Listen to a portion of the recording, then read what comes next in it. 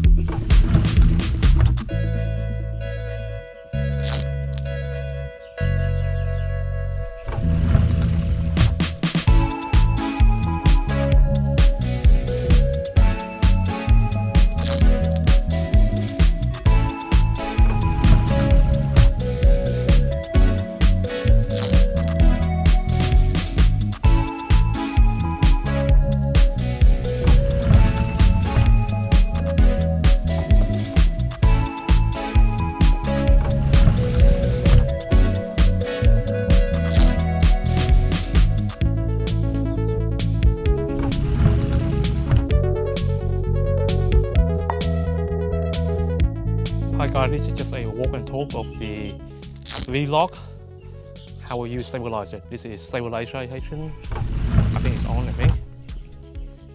Look, that's how the stabilizer goes.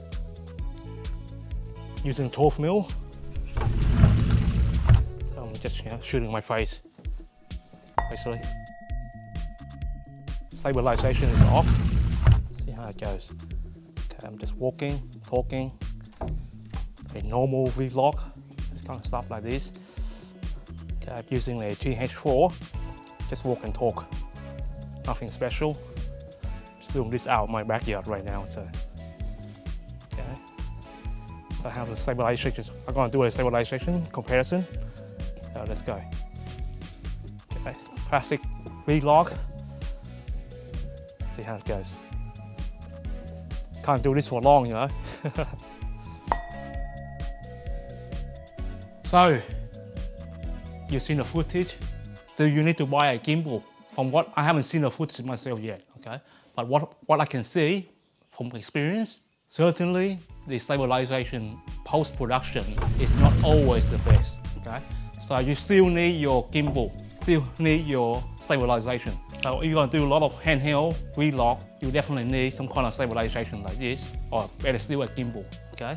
Now the iPhone 13 has a inbuilt stabilization, but if you're going to do a lot of walk and talk like this, it's not going to work as good as you want, okay? So make sure you know what footage is capable of stabilization in Lumafusion. So you know what shot to get, saves you a lot of time, okay? And money as well. If you know you're not going to do any V-Lock like this, there's no point of getting a gimbal. So save your money there. No camera, I'm just pretending. My name is Chow, I'm a TimelapseNuts. If you're new to the channel, welcome.